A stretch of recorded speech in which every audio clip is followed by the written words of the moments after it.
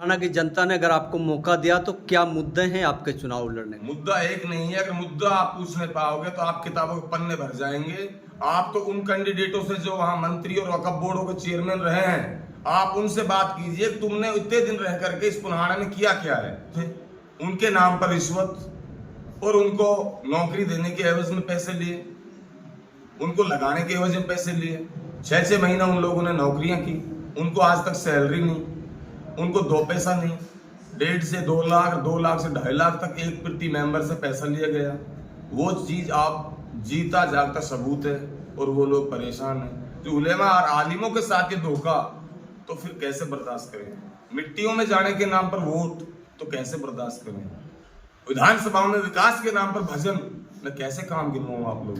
लेकिन रोने के लिए जरूर उनके पास रास्ता है। या तो वो रोना जानते हैं, या बड़े बड़े बहुत सारे डीजों को बजाना जानते हैं, या बिरयानियों को बना करके कैंटरा में गाड़ियों में भर भर कर जो उनके पास 2 पैसा आया, हराम का आया, इज्जत से आया, कहां से कमाया, उसको खर्च करने में लगे हुए हैं।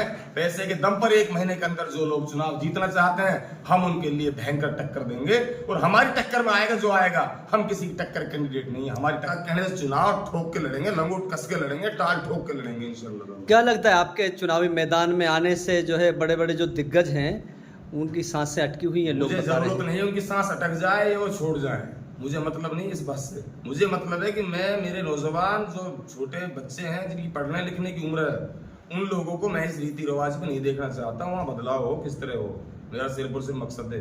तो क्या आपको डर नहीं लगता है कि आप बड़े बड़े दिग्गजों के सामने पंगा लेते हैं सीना ठोक कर, तो आपको डर महसूस नहीं होता है? वो मर्द नहीं जो डर जाए हालात के खूनी मंजर से। जिस हाल में जीना मुश्किल हो उस हाल में जीना मर्दी है। तुम हमारे जिस्म जख्मों से जोर सही, तुम अपने शिकस्त के तीर गिनो, ये अहले दरकस बोलेंगे ये बाजी किसने जीती है। मुझे डराने की बात कर रहे हो? मैंने अपना जीवन समर्पित कर रखा है अपनी कौम में मिल्लत के लिए। सामाजिक कार्यकर्ता अताउल्ला खान ने पुन्हाना से चुनाव लड़ने की ताल ठोक दी है। अताउल्ला खान के चुनावी मैदान में आने से विपक्षी दलों में घबराहट देखने को मिल रही है। खान ने मेवात के पुराने नेताओं पर तंज कसते हुए कहा कि मेवात को इन्हीं लोगों ने पछाड़ कर रखा है। इन्हीं लोगों ने मेरी मेवात की भोली भाली जनता को लूटने का काम किया है। मेरे भोले भाले मेवातियों से विकास और रोजगार के नाम पर आज़ादी से लेकर आज तक वोट लेते आए हैं, लेकिन जीतने के बाद 5 साल तक जनता की तरफ देखते भी नहीं। इस भोली भाली जनता के दुख को देखते हुए अताउल्ला खान ने पुन्हाना विधानसभा में चुनाव लड़ने की ताल ठोकने का ऐलान कर दिया है। पुन्हाना क्षेत्र के नौजवानों और बुजुर्गों का दुख अब और नहीं देखा जा सकता। आज लोग जनता से मिट्टी देने के नाम पर वोट मांग रहे हैं, जो बेहद ही शर्मनाक बात है। कोई पुन्हाना में रो रहा है तो कोई फिरोजपुर झिरका में रो रहा है। इस पर अताउल्ला खान ने चुटकी लेते हुए कहा कि इनके पास लोगों के बीच जाने का कोई मुद्दा नहीं है, इसलिए ये रोने का ड्रामा करके मेरी भोली जनता का फिर से वोट हथियाना चाहते हैं। आज मेवात की जनता इनके मक्करों को समझ चुकी है। अब इनके झांसा में आकर अपनी वोट को बर्बाद करने वाले नहीं हैं। वहीं अताउल्ला खान ओवैसी की पार्टी से टिकट मांग रहा है। उम्मीद भी की जा रही है कि उनको जल्द ओवैसी की पार्टी से टिकट मिल सकता है। अगर टिकट मिला तो विपक्षी पार्टियों के नेताओं के लिए बड़ी मुसीबत पैदा हो सकती है। आइए सुनवाते हैं क्या कह रहा है अताउल्ला खान सरपंच। कोने कोने में कहीं भी कोई हमारे 36 बिरादरी के किसी भी व्यक्ति के साथ कोई अपराध होता है, कोई जुल्म होता है, तो मैं उसके खिलाफ रहता हूँ। उस आवाज़ को बुलंदियों तक पहुँचाने का मैं काम करता हूँ। इंशाअल्लाह ताला अल्लाह पाक ने मेरे अंदर जज्बा रखा है और सलाहियत रखी है। और रहा चुनाव का मामला, चुनाव पुन्हाना से लड़ने का मेरा मन है और मेरी जनता का मन है, मेरे नौजवानों का मन है, युवा साथियों का मन है, बुजुर्गों की दुआएं हैं। और उन दुआओं को देखते हुए, उनके मन को देखते हुए मैंने पुन्हाना विधानसभा से चुनाव लड़ने के लिए बोला है। लेकिन इसमें अभी हमारा जोर खोर चल रहा है वो पार्टियों में चल रहा है। पार्टी टिकट देगी तो ही हम चुनाव लड़ पाएंगे। अगर टिकट नहीं देगी तो जनता में बैठकर मशवरा करेंगे।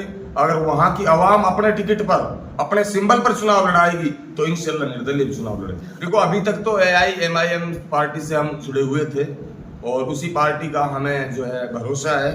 अगर वो पार्टी हमने इस चीज के लायक समझेगी, जिम्मेदारी लायक समझेगी, तो हम लोग पार्टी के लिए काम करेंगे और पार्टी से टिकट से चुनाव लड़ेंगे। तो क्या लगता है इस बार पुन्हाना से बाजी मार सकते हैं आप? बहुत दिग्गज है, ऐसा है, ये चीज अपन वैसे मौके के लिए मैं अपने मुंह से नहीं कह सकता। आप पुराना विधानसभा में जब जाएंगे तो आपको पता चलेगा, और आप मेरे साथ 1-2 दिन जाइए तो ये लोग क्या करते हैं, ये लोग एसीओ में घूमते हैं, ये लोग कई करोड़ों की गाड़ियों में घूमते हैं। हम लोग पैदल मार्च भी करेंगे, हम लोग घर घर जाएंगे, माताओं और बहनों से मिलेंगे, हम घर घर एंट्री देंगे और हम सबसे अपनी बात रखेंगे। और हमारा चेहरा और हमारा नाम जो है वो इंशाअल्लाह ताला ऐसा है कि सब इस नाम को जानते हैं, सब इस अताउल्लाह को जानते हैं, और ये एक तरह से फेमस है। और ये फेमस ऐसे नहीं कि कोई गलत काम से हुआ हो, हमने अपने भाइयों के बीच रहे हैं हम, और हमने भाइयों के लिए काम किया है, और हमने क्रांतियां की हैं। हमने बड़े बड़े मंत्रियों से, बड़े बड़े सरकार के ओहदों पर रहने वाले नेताओं से, या सरकार से, या प्रशासन से इस जनता के लिए उलझने का काम किया है और न्याय की बात करने का काम किया। अगर जनता ने आपको, पुराना की जनता ने अगर आपको मौका दिया तो क्या मुद्दे हैं आपके चुनाव लड़ने? मुद्दा एक नहीं है। अगर मुद्दा आप पूछ नहीं पाओगे तो आप किताबों के पन्ने भर जाएंगे। आप तो उन कैंडिडेटों से जो वहां मंत्री और वक्फ बोर्डों के चेयरमैन रहे हैं, आप उनसे बात कीजिए, तुमने इतने दिन रह करके इस पुराना में किया क्या है, फिर मैं जवाब दे दूंगा मुद्दा क्या है। आप उनके काम गिनवा दीजिए उनसे पूछ करके, मैं मान लूंगा उन्होंने क्या किया है। उन्होंने सिर्फ और सिर्फ वक्फ बोर्ड की जमीनों को, या फिर हमारे जो पढ़े लिखे लोग थे उनके नाम पर रिश्वत और उनको नौकरी देने के एवज में पैसे लिए, उनको लगाने के एवज में पैसे लिए। 6-6 महीना उन लोगों ने नौकरियां की, उनको आज तक सैलरी नहीं, उनको 2 पैसा नहीं।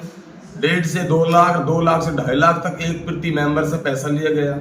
वो चीज आप जीता जागता सबूत है, और वो लोग परेशान हैं। जो उलेमा और आलिमों के साथ ये धोखा, तो फिर कैसे बर्दाश्त करें? मिट्टियों में जाने के नाम पर वोट, तो कैसे बर्दाश्त करें? विधानसभा में विकास के नाम पर भजन, मैं कैसे काम गिनवाऊं आप लोगों को? ये सब चीजें आप देख रहे हो, ये सब चीजें आपके सामने हैं। इन दुख दर्दों को सोचकर समझकर मैं वहां के लिए मैंने सोचा है, और मेरी जनता ने मुझसे कहा है कि आप इधर आओ और यहाँ से चुनाव लड़ो। अभी मेरे को अगर वो चुनाव नहीं भी लड़ाते हैं और वो अगर तीसरा मोर्चा तैयार करते हैं तो इंशाअल्लाह ताला हम उनकी भी मदद करने के लिए तैयार हैं। ये कोई जिद नहीं है कि मैं चुनाव लड़ूं।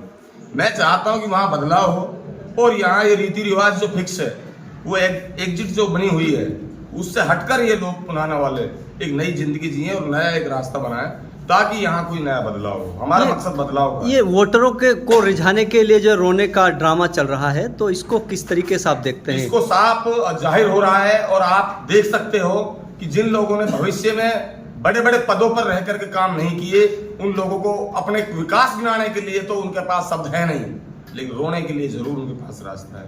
या तो वो रोना जानते हैं, या बड़े बड़े बहुत सारे डीजों को बजाना जानते हैं, या बिरयानियों को बना करके कैंटरा में गाड़ियों में भर भर कर, जो उनके पास 2 पैसा आया, हराम का आया, इज्जत से आया, कहां से कमाया, उसको खर्च करने में लगे हुए हैं। पैसे के दम पर 1 महीने के अंदर जो लोग चुनाव जीतना चाहते हैं, हम उनके लिए भयंकर टक्कर देंगे, और हमारी टक्कर में आएगा जो आएगा। हम किसी की टक्कर कैंडिडेट नहीं है, हमारी टक्कर ढूंढेगा जो ढूंढेगा। अच्छा, हमने मिट्टी की बात की कि काफी नेताओं के जो बेटे हैं वो कह रहे हैं कि हम रात के 11 बजे, सर्दियों में 12 बजे तक मिट्टी देने के लिए पहुंचे हैं कि आप हमको वोट दे दीजिए। उनको ये भरोसा नहीं है कि मरने के बाद जन्नत और दोजख है। उनको ये भरोसा है कि यहाँ जिंदगी में मिट्टी देने इसलिए जाते हैं ताकि चुनाव जीत जाएं। उनको मरने के बाद सवाब देने की जरूरत नहीं है, उनको यही सवाब चाहिए कि यही वोट दे दो इसके एवज में। इसका मतलब ये हुआ। आखिर ये जनता में जाने की बजाय अभी पार्टियों के टिकटों के चक्कर में घूम रहे हैं, तो क्या लगता है कि पार्टी बदलेगी इनको? देखो, ऐसा है, पार्टी का हाथ सर पर रहना अच्छी बात है, मैं मानता हूं, लेकिन जनता का हाथ सर पर रहना ये बहुत महत्वपूर्ण बात है। तो मैं तो ये कह रहा हूं कि पार्टी के लिए अगर जनता मुझसे बोले कि पार्टी से टिकट लो, तो मैं पार्टी के लिए कोशिश कर रहा हूं। यदि पार्टी मुझे टिकट नहीं देती है तो मैं जनता का आशीर्वाद और दुआएं लूंगा, और जनता मुझे आशीर्वाद और दुआओं से नवाजेगी तो हम जनता के कहने से चुनाव ठोक के लड़ेंगे, लंगोट कस के लड़ेंगे, टाल ठोक के लड़ेंगे इंशाल्लाह। क्या लगता है आपके चुनावी मैदान में आने से जो है बड़े बड़े जो दिग्गज हैं उनकी सांसें अटकी हुई हैं? लोग मुझे जरूरत नहीं है उनकी सांस अटक जाए और छोड़ जाए, मुझे मतलब नहीं इस बात से। मुझे मतलब है कि मैं, मेरे नौजवान जो छोटे बच्चे हैं जिनकी पढ़ने लिखने की उम्र है, उन लोगों को मैं इस रीति रिवाज में नहीं देखना चाहता। वहाँ बदलाव हो, किस तरह हो, मेरा सिर्फ और सिर्फ मकसद है।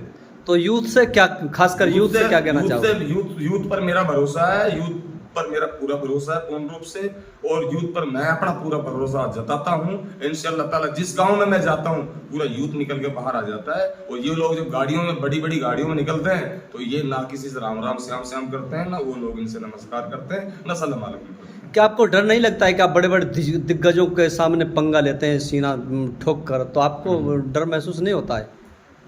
वो मर्द नहीं जो डर जाए हालात के खूनी मंजर से, जिस हाल में जीना मुश्किल हो उस हाल में जीना मर्दी है।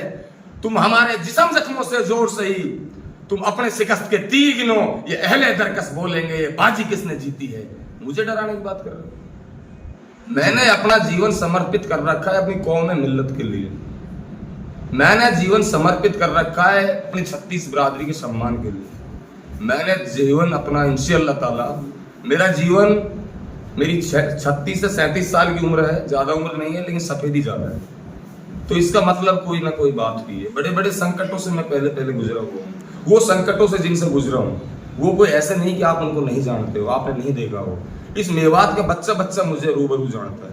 वो सबसे बड़ी पहचान, ये अरब रुपया कमा लेंगे, 2 अरब कमा लेंगे, बड़े बड़े पैसे वाले बन जाएंगे, अताउल्लाह जैसी पहचान तो कोई नहीं पहचान पाएंगे, पहचान नहीं ढूंढ पाएंगे। कहाँ से ढूंढेंगे पहचान, कहाँ से लाएंगे, कहाँ से लाएंगे? ये पैसा ले आएंगे, ये कहीं पढ़ लिख कर हो सकता है मैनेजमेंट ज्यादा कर लेंगे, लेकिन इस कलेजे को कहाँ से लाएंगे जो कलेजा अताउल्लाह के लिए दिया अल्लाह पाक ने? ये दिल कहाँ से लाएंगे जो दिल अताउल्लाह साहब के लिए दिया अल्लाह पाक ने? ये अल्लाह पाक का भेजा हुआ मैं वहां गया हूँ। अल्लाह पाक ने मेरे लिए सलाहियत दी कि आप वहां जाओ और वहां मुस्तकबिल की लड़ाई लड़ो इंशाअल्लाह ताला। अताउल्लाह जी, मेवात की एक लंबी मांग है, मेवात ये खूनी रोड की और मेवात यूनिवर्सिटी, इसको लेकर क्या ये अभी तक नहीं मिल पाएगी मेवात? बहुत गुस्से भरी बातें हैं, बहुत रोसीली बातें हैं। खूनी रोड पर हमारी माताएं बहनों के सर कुचल जाते हैं। इस खूनी रोड पर हमारे नौजवानों की, बहुत सारे नौजवानों को हमने चादरों में लपेट करके मिट्टियां दी। इस खूनी रोड के हालात बद से बदतर चल रहे हैं, लेकिन इस खूनी रोड में मैंने एक भी नेता को ऐसा नहीं देखा कि यहाँ अनशन पर बैठेंगे और जब तक खड़े नहीं होंगे, जब तक यहाँ पर ये खूनी रोड का ये घोषणा नहीं हो जाएगी 6 लाइन बन रहा है, 4 लाइन बन रहा है। आज तक कोई बता दीजिए आप किस नेता ने यहाँ 24 घंटे तक प्रोटेस्ट किया या 48 घंटा प्रोटेस्ट किया या 5 घंटे भी कोई रोड पर बैठा?